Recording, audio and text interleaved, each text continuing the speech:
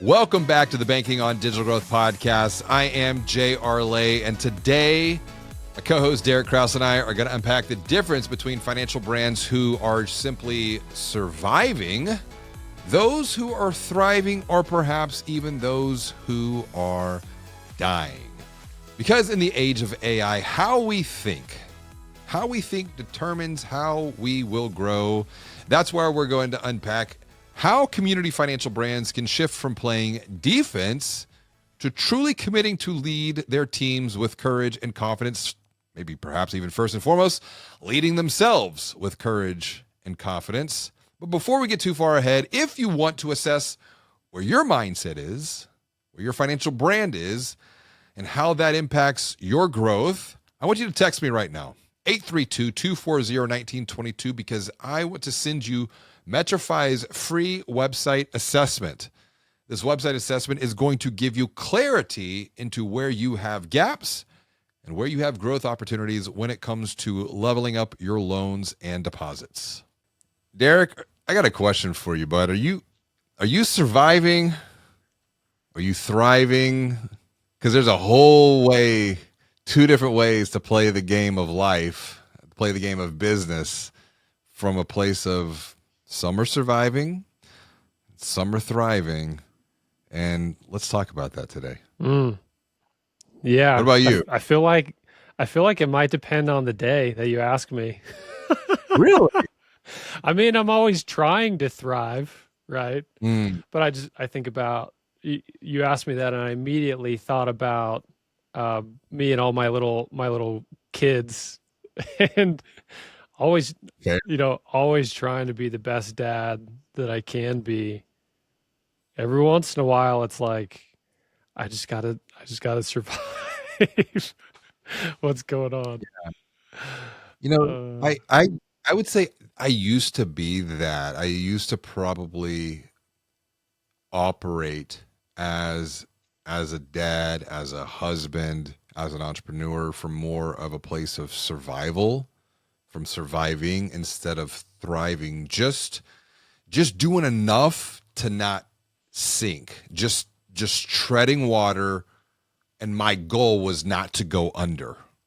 Versus, I might very well, in fact, and I can tell you without a doubt, as a father, as a husband, as an entrepreneur, there have been times where, yes, I was treading water, but I made a decision to not just survive. I made a decision at that moment of treading water, I was going to thrive. And I think that decision was such a big decision, even though I could have gone under, because I made a decision to survive, to thrive and not survive. It really changed my next steps that I was taking. So I get it. I get it. Because you've got 4. You're about to push 5 in September. Yeah. With your kid. Yeah. What about the conversations you're having with financial brands, with banks, with credit unions? Because you've been having a lot lately. Talking, a lot of discussions, a lot of talks. What are you hearing? What are you seeing even? Because I think sometimes what people say is different than what their actions are. Yeah, the first thing that comes to mind when you ask that, I think about just where they're sitting in the overall marketplace. And we've had 2 episodes now where we've talked specifically about the innovator's dilemma, and probably other episodes where it's come up as part of the topic. And it seems like for a lot of them, they see the disruption that's happening from fintech, but most of them aren't really doing anything about it. They're trying to just survive it rather than take the steps they need to actually fully embrace what's happening. So that comes to mind right away. And also some of the other things that I frequently see are, so I talk with a lot of them about analytics in their marketing, specifically on their websites. And I help them benchmark their conversion rates to see how well they stack up against other financial institutions. And then that leads into opportunities for A/B testing. And what's really interesting is I think everyone that I've ever talked with, they all know that they should be doing those things. I mean that's what that's what they should be doing, right? Mm, But very few of them are actually doing it because they're so busy doing all these other things and a lot of things that don't measurably move the needle is what it sounds mm. like to me, that they don't have time to do this thing that can actually help them measurably thrive. And so yeah, I think I guess the two key themes there are like if you see a big thing that's happening in your organization or in your life and you see it coming but you don't make the time and effort to really act on it in a big way, or if you just you're so consumed and busy with head down and all the day-to-day things that you don't have time to look up and see the big picture. uh, those are some things that I see over and over again that are keeping financial institutions in the survive mindset instead of the thrive mindset. As you were talking, I was actually going through, and this is almost real time because I just read something on LinkedIn, and I was doing a little bit more exploratory because it your commentary just sparked this thought. If you're not looking up, if you're not aware, Mm, you're going to get run over. And case in point, uh, Peter Thiel. Have you heard about this? I know Peter Thiel, but no, is there something new? As this is like as of yesterday, I'm saying this is like breaking Mm, news. So he joined some tech billionaires that are backing a new lender that's going to rival Silicon Valley Bank. hmm. And here's the funny thing: I can't pronounce the name of the brand. Uh, Did Elon Musk name it like one of his uh, children? AE no, 12 Alpha. no. It's actually named after the Dragon's Mountain in Lord of the Rings. Dragon's Mountain? Yes, it's named after the Dragon's Mountain in Lord of the Rings. Erebor. So that's what I'm saying. I can't like, and I don't even want to try to pronounce earbor. I'm a big Lord And of I, the Rings fan, so I should know this, but I could be completely butchering it, but it's a crypto focused bank that's going to fill the void from SVB, which we know about okay. that. What happened? Yeah. No, but and I think here's the thing: it's not replacing a single bank. It's going to hold stable coins. It's going to serve AI crypto defense companies. It's Mm, going to operate as the quote unquote most regulated stablecoin entity, and it's going to move at the speed of tech, not at the speed of banking. And this is Simon Taylor. He also reported on this on LinkedIn as well. So to me, once again, when you see what's happening, the rules of the game in banking and financial services are not what they used to be 10, 20 years ago. The rules, in my opinion, really begin to change in early 2020 through that experience that we all had. Some had a different experience than others, but and we don't want to say what that was because I don't want to get this thing uh, throttled on certain channels. But that thing, and it's interesting because I think when you look at what's coming here, and it's once again it's 24 hours old of news. Um, it's what Simon says when SVB collapsed, it wasn't just a bank failure, it was proof that legacy finance is structurally incompatible with how modern innovation works. So, hmm. um, they're Interesting like, take. yeah, fine. We're gonna build this on our own. And it kind of reminds me of what how simple was started back in 2011, 12. There's a couple at the time Twitter execs. They're like, you know what? We're going to create a bank that doesn't suck. Hmm. And and the incumbent Credit unions and community banks could argue, well, that failed. Well, it did it because Simple was acquired by BBVA 4 or 5 years later for 117 million. Mm. But it's the mindset. Once again, it's are you playing the game in uncertain times, as many field times are uncertain right now? Are you just simply trying to survive, or are you going to go against probably how you feel and start playing a game to not survive but to thrive? Yeah. What does it take? Sorry. Say the last No, part. no. What does it take to make that shift of Mm. survival, of surviving, versus to shifting to thriving? Well, I think about my own experience as an entrepreneur over the last 10 years. When we initially started our company, we said, let's we want to grow this fast and we want it to be acquired. And uh, we started off that way and we were growing very quickly. And then over time, and I think part of this was just starting your own business is hard. Part of it was I started having children, and it became really important to me to have some stable income coming in. And I think I started to get more in the mindset of um, surviving a bit. And but then Mm, eventually, and I've told you this in the past, I got to a point a few years ago where I was like, I hate my business. I don't like what I'm doing.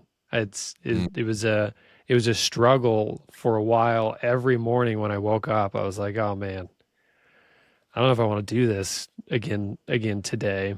And one of the things that got me through that was shifting from a 2x thinking mindset to a 10x thinking mindset where uh, 2x thinking is okay if we just keep doing the exact things that we're doing but do them a little bit better, then we're going to double our revenue, double the size and success of our company. But the trap that you fall into and that we fell into is we did a lot of things over that period that did make our business better, but uh, didn't really do a whole lot to move the needle. And so we realized, and then I came across. I like to listen to books on Audible a lot, and one day I was looking at different books there, and I came across this title: "2x is easier than 10," or sorry, "10x is easier than 2x," and I said, "Huh, that sounds interesting." Didn't look at it right away, but then later on, I ended up downloading it, listening to it, and I was like, "Man, that's been a big part of our problem. We've been thinking about how to 2x ourselves, and the problem is you end up doing things that don't really end up moving the needle at the end of the day. We need to break out of that and think about 10x. What would we need to do in order to 10x ourselves?"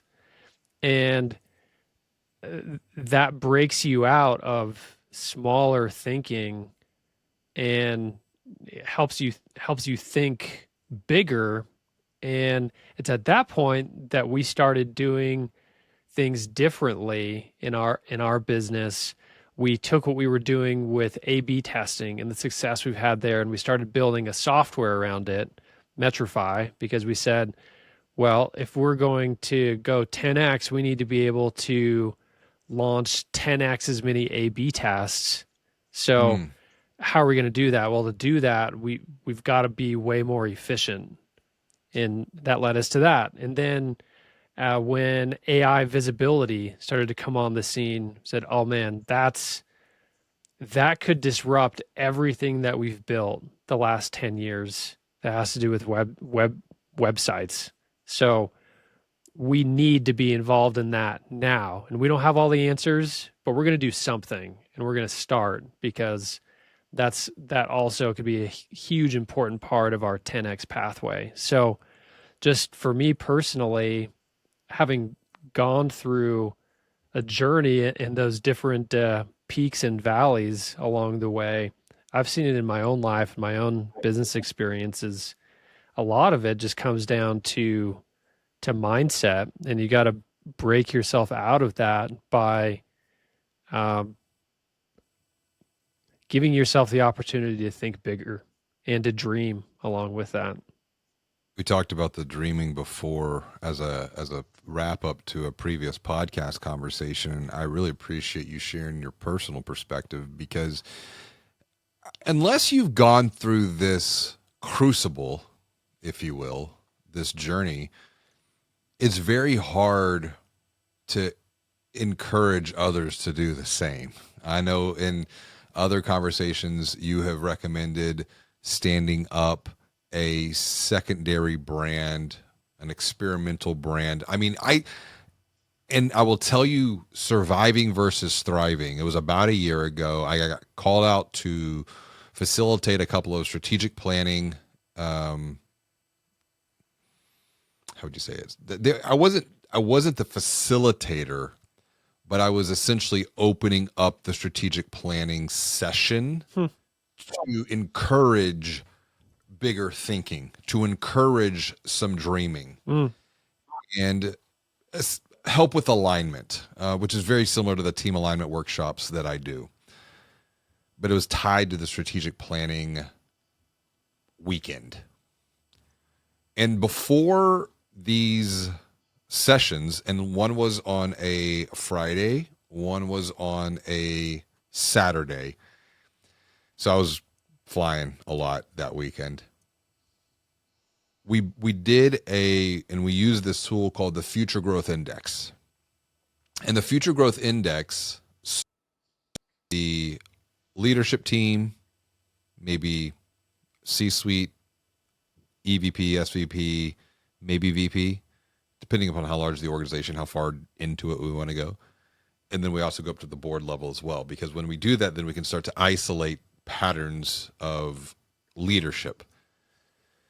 And the reason that this is important is the Future Growth Index measures, it's a snapshot in time, how the leadership team, the board of an organization perceives the future. There's three questions that we ask. One is, when you look out at the global landscape and you think about the future of the world, do you feel hopeful, excited, abundant? Or might you be stuck in what we define as the growth gap? And the growth gap, GAP, is when you're just griping about problems. Mm. Mm. And so are you growth bound, or are you stuck in the growth gap? And that's, you're in the growth gap when you think about the future, and the future doesn't seem as good as what the past was. You think that your best days are behind you. You think that, man, I long for those good old days. You might be a little bit pessimistic as well. And we always frame this as, you got to tell the truth. It's anonymous. We're not going to judge you. And so there's a quantitative data point, Mm. which is the number, which is on a scale of 1 to 10. 10 meaning that you're fully feeling growth bound. 1 is you're fully feeling in the growth gap. And then there's a qualitative response as to, well, why do you feel that way? And so we move from the global macro level to now think about your organization. When you think about the future of your organization, do you feel growth bound, or do you feel like you're stuck in the growth gap? And it's another 1 to 10, and then why? And then we move from the organization to the team. And then we would say, when we think about the team that you're leading, or the team that you're on, do you feel growth bound, or do you feel like you're stuck in the growth gap? And then once again, why? And I think what is fascinating, we are now pushing almost 1,000 responses, and we reset it every single year. And last year, we were towards the end of the cycle, and one organization, the one I was facilitating or kicking off on Friday, was one of the highest growth bound organizations that I had worked with. And what was fascinating, and there was about 45 people that were involved in this study. It was a larger organization.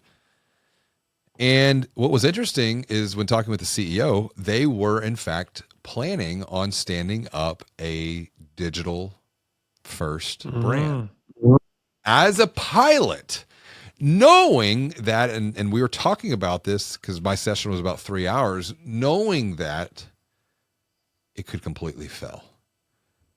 But what would they learn and how could they apply it back to their core business model? Yeah, interesting. So overall, do you find that most financial institutions are one way or the other, or is there a pretty good mix? So they were definitely one of the anomalies, I would call them, Okay. being really defined growth bound Hmm.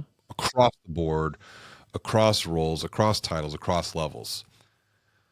On Saturday, it was like a tale of two cities because the next day I was working with another community institution.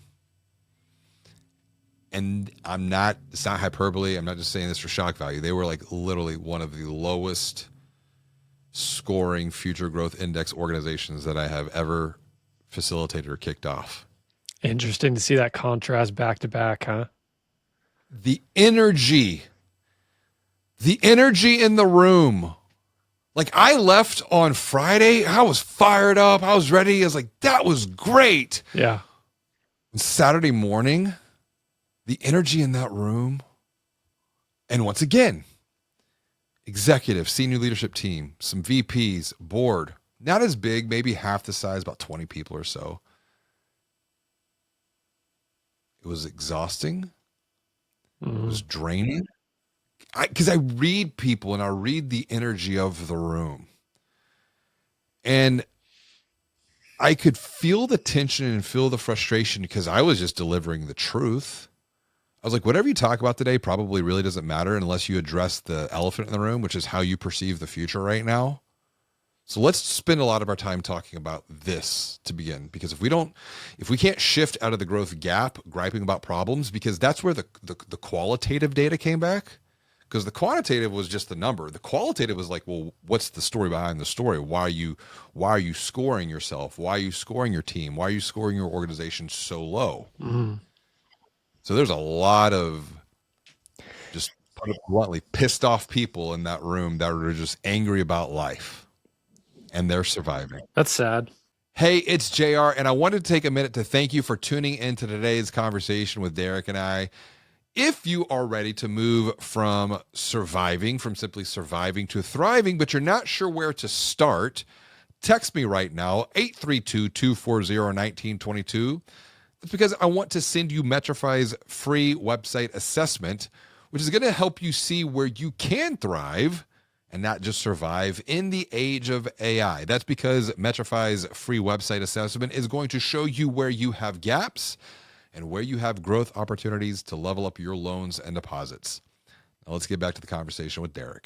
I was just thinking about, I was asking myself as you were talking about it, what's the difference? What causes one person or one organization to be that way versus the other? And I was thinking about, again, about my own experience. And I feel like one of the things for me as a leader in my business, I think if, if I get too caught up in the day-to-day operations of things, then I tend to focus more on the immediate problems at hand versus if I give myself if I'm able to free myself from the day-to-day somewhat and think more about the big picture, then I think that helps me to become more optimistic in thinking about all the opportunity that is available. So I think this is something that I'm a big fan of Mike Michalowicz. Yeah. Yeah, so Mike Michalowicz, he has several books that we've applied in our business over the years, and one of them, I'm forgetting the name of it at the moment. It's all about creating systems in your Yeah. business, and it's about creating space for not just working in your business, but working on your business and making time to design your business and think strategically. So, and I don't think this applies just to entrepreneurs. It can apply to anyone. So if you're a marketing director or if you're a CEO, if you spend all of your time head down in the day to day and you don't make any time to step back and see the big picture, I think it's very easy to get caught up in, because you're seeing the problems every day, and however you spend your time and your focus is what you end up thinking about, right? So Mm. if you spend all day just in the weeds looking at the individual problems, that's where your mind is going to be. And if you don't take any time to step back and think bigger and think big picture, and you don't free yourself by getting the right systems in place and the right people in place to do that, then you can't think big picture. And that actually plays into, I was telling you about this arc that I went through in my own business. And during that stage where I was not loving our business, I was spending a lot of my time just head down in the day to day. And it's when we actually brought the right people on board and spent a very concerted amount of effort in creating systems and processes for running our business that enabled me to break away personally as a leader in the business from so much of the day to day and start to think bigger picture. Okay, you bring up a couple of really good points that for those watching or listening, I cannot stress. And I think for me, that's where my personal friction and frustration came. And it's like if I think about my own personal journey of 10x is easier than 2x. And I was just listening to Ben talk about this yesterday morning, actually. Oh, yeah? Yeah, he really reminded me of, are we operating from a future self,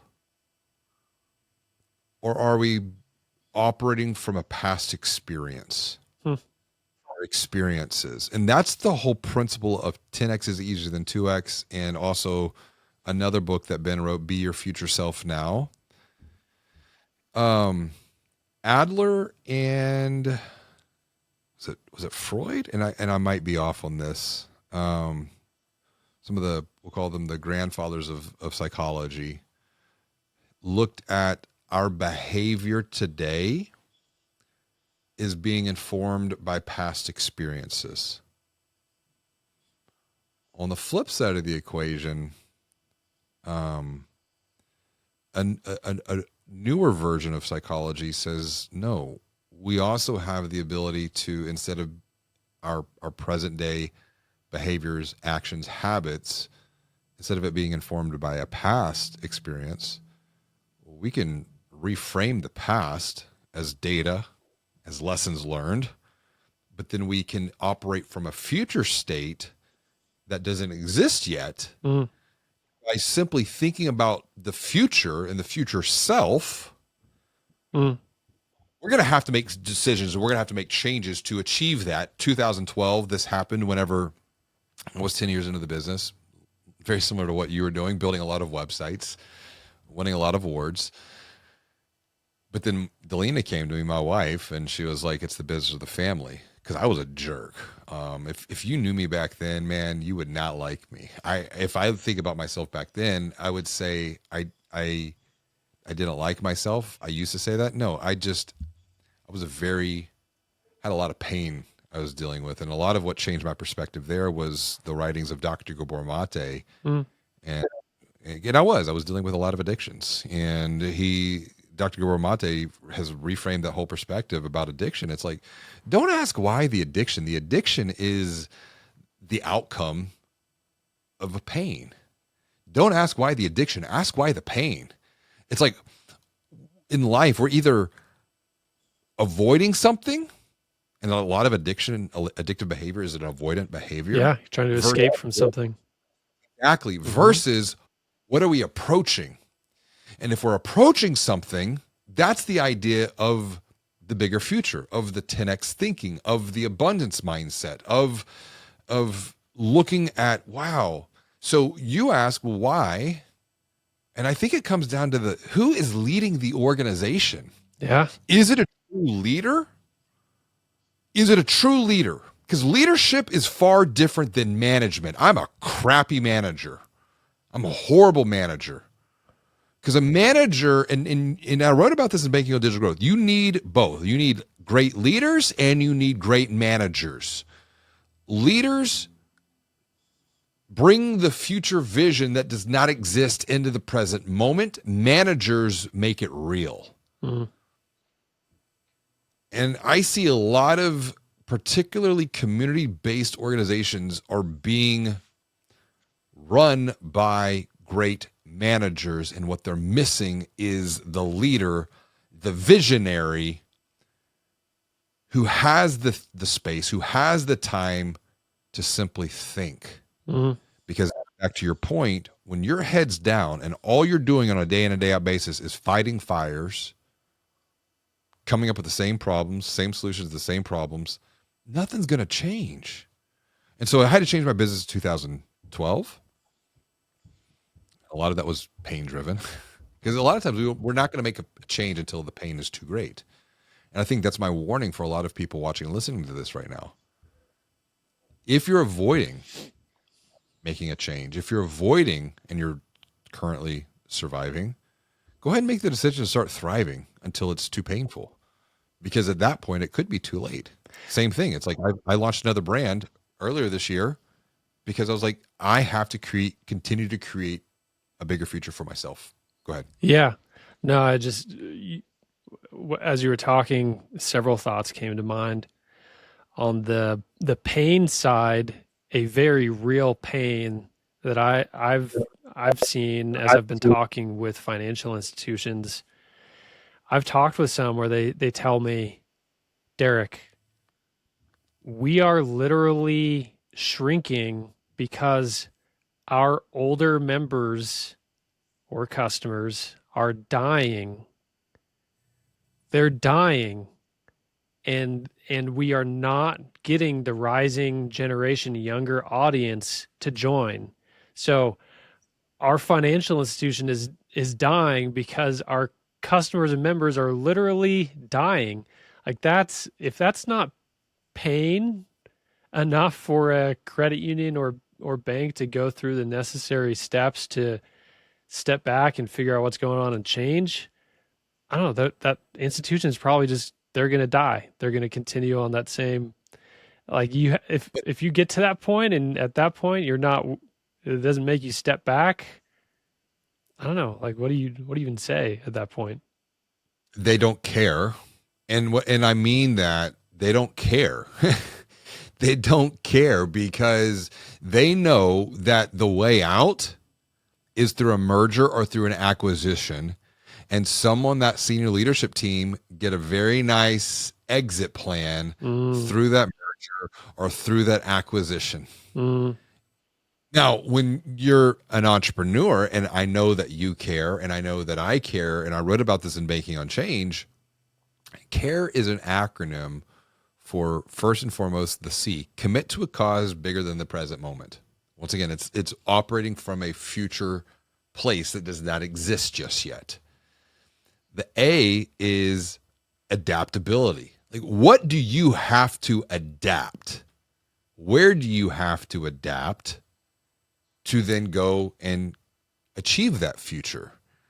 The adaptation is where I see a lot of resistance to right now. It's like people have the intellectual, philosophical knowledge that, yeah, I know we need to change things. Yes, I know our current account holders are dying off and we're not doing anything to replace them. Okay, so what are you going to adapt? What are you going to do about that? The R is the resilience to then see that change through. And then the E of care is the energy that's going to propel you forward. Because if you think about what emotion is energy in motion. Your emotion is either ascending or descending. And it's like coming back to the point of surviving versus thriving. Thriving, you're ascending. surviving, you're probably staying neutral with the threat of not just surviving. What's the next step? It's dying. Hmm. So maybe the bigger question for this podcast should have been: are you dying? Are you surviving? Or are you thriving? Perhaps there's three paths that an organization could fall into here. Yeah, this is actually a really interesting topic that I haven't honestly had a ton of conversations about, but you're making me think about there's a book called Shoe Dog. It's about Phil Knight and the founding Mm, of Nike. Have you read that one? have Oh, it's so, not, and I read a lot of books. you should listen to I'm that one. I in my cart right now. yeah, I think I have 150 different titles in Audible, and of the different biographies, especially business biographies that I've read, that's one of my favorites. Mm, It's really good, and he talks about in there his mindset with growing Nike. He said, "Grow or die. Grow or die. You either so practically the implementation of that is they would so Nike was founded on the premise that you could make really good shoes in Asia where it was less expensive and import them and make a better margin and make high quality shoes that way. And the way that they operated is they would order make this big order of shoes and then they would sell them all, and so they'd get all the money from that. And the question mm, is, well, how should we allocate this money? Do we play it safe with the money and use some of it for buying shoes, but it keep some reserves? And Phil Knight, they would repeatedly go all in. They would take, they would spend all of the money. And I'm not necessarily like advocating for that decision, but it's just his mindset was grow or die, and they were constantly putting themselves in a position where if it didn't work out, they could have died, but if they didn't do it, then they also couldn't have grown that the way that they did. And I remember reading that, and even in recent times, I'd be like, is that do you really have to do you have to treat it that way? Do you have to go big or go home? Do you have to grow or die? Like, isn't there somewhere in between? And there are probably all sorts of shades of it, but I will say I believe that there are certain things in life that you either like they're binary. Like you either do it and you get this outcome, or you don't do it and get the other outcome. I've shared this on LinkedIn. I think on one of your posts a while ago. You can see I've got a little bit of scruff right now, and my wife hates it when I have facial hair. So sometimes if I go like a week without shaving, she'll be like, "Are you growing a beard?" I'm like, "No, I just haven't shaved." Um, right. but of course, the outcome is the same. I'm not, if I'm not trying to grow a beard, but I don't shave, then I'm growing a beard, right? So, funny example, but I think there's so many things like that. Like, for instance, I'm a Christian, and I try to spend time every day, like studying scripture. And Hmm. if I do that and I do it consistently, then it really helps me. It helps me to think big picture about my life. It helps me to focus on the kind of person I want to be. It helps me learn. It uplifts me. But then if I don't do it, then I'm losing all of that. And I feel a noticeable difference in my life if I'm not making that time to really think and study that. And it's binary.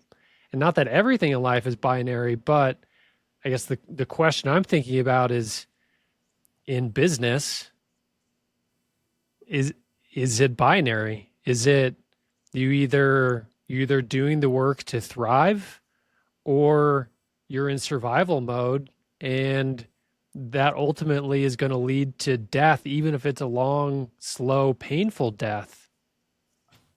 It's so funny how we have like snaked our way around to this conclusion here, because as we were kicking off, I was thinking about surviving versus thriving, but as we're wrapping things up, there's this other picture, and I think you're really articulating this. The spectrum is, are you dying or are you thriving?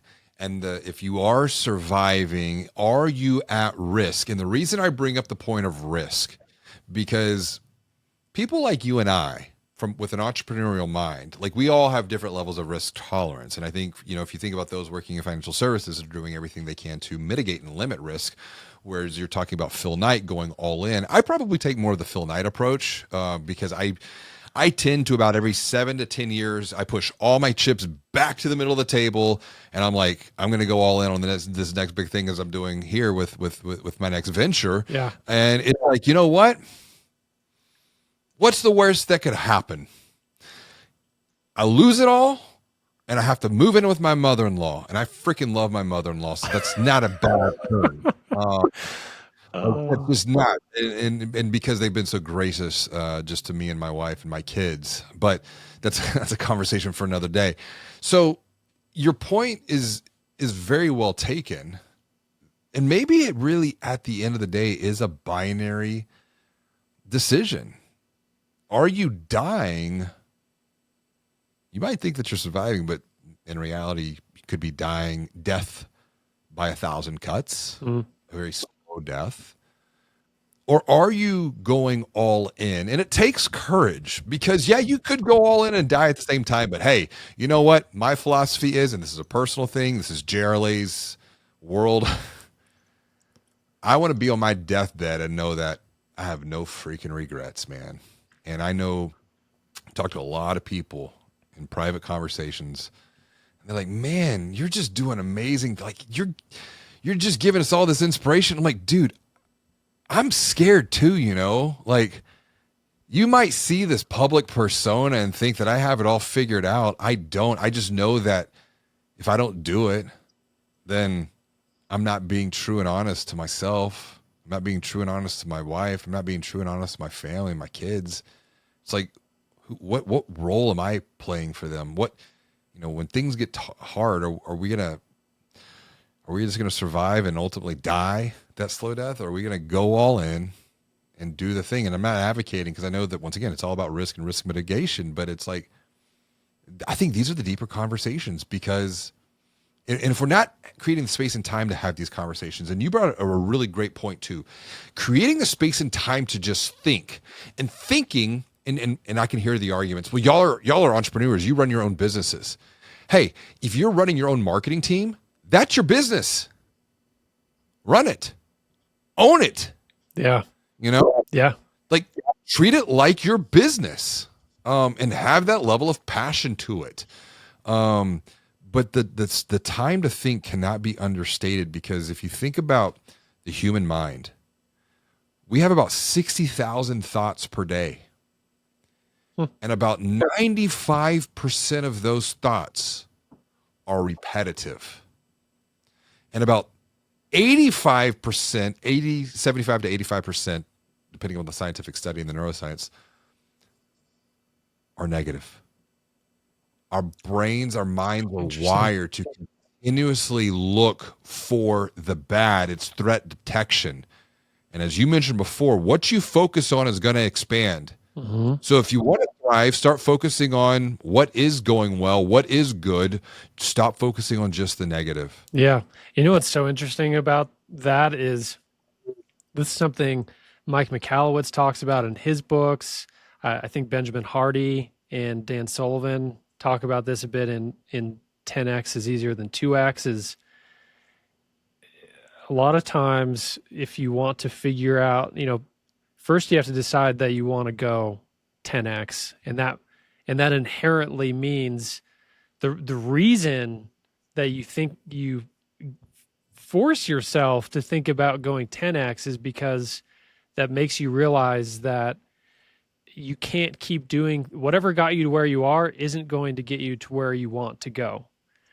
Mm-hmm. But the thing I wanted to bring up is they all talk about asking yourself better questions, and whatever you ask yourself, your brain will start to come up with answers. And it's so interesting. I find that some of the best thoughts that I have in business are they'll come after I've given my brain time to think, in time that's dedicated away from the day to day. So for instance, just because of my religious beliefs, I don't work on Sundays. So I'll often I try not to even think about like thoughts enter in, but on Sunday I try to focus on the big picture of my life. But what's interesting is often on those days, or I'll come back from after that day of rest, and it'll be Monday morning, and I'll say, "Hey Harmon," that's my business partner. "Hey Harmon, I realized this over the weekend. Like, this is what we need to do about this thing, because I've given my brain time to be away from the day to day and rest, and that helps me see the bigger picture and things." Or other times I'll have some question that's been in my mind, and it's funny, I'll wake up in the morning, and first thing in the morning it's just like, oh, that's the answer. Like, it's clear to me now, because I've given myself time to rest, and for my brain to just be thinking about it.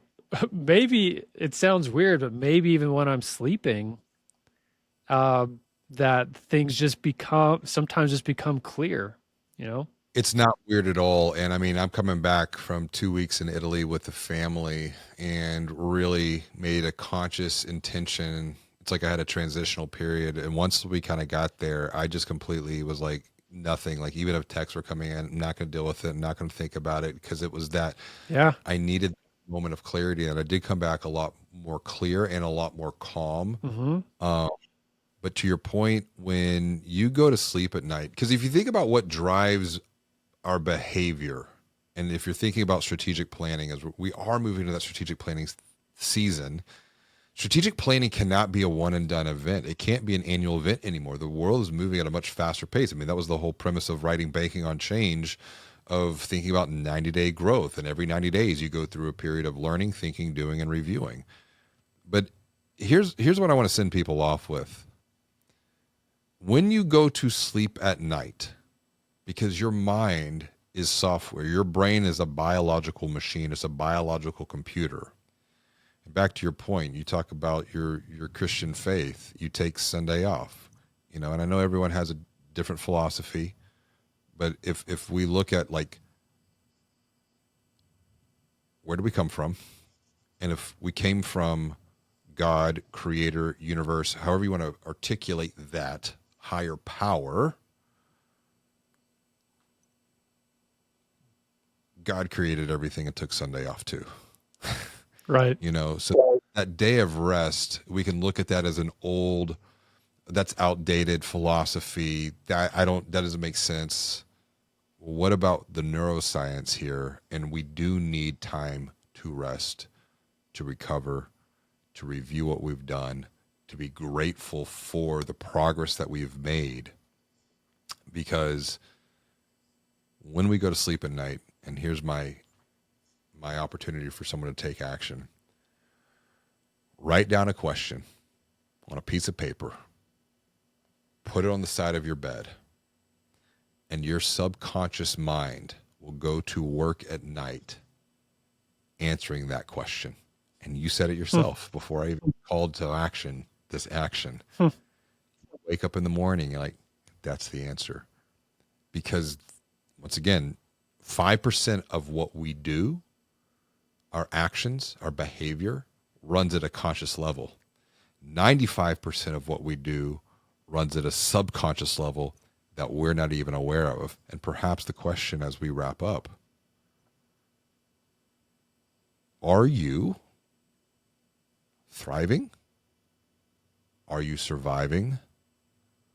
Or are you dying as an individual at your organization? The second question, when you think about your organization, is your organization thriving, simply surviving? And if it is, might you in reality be dying a very slow death?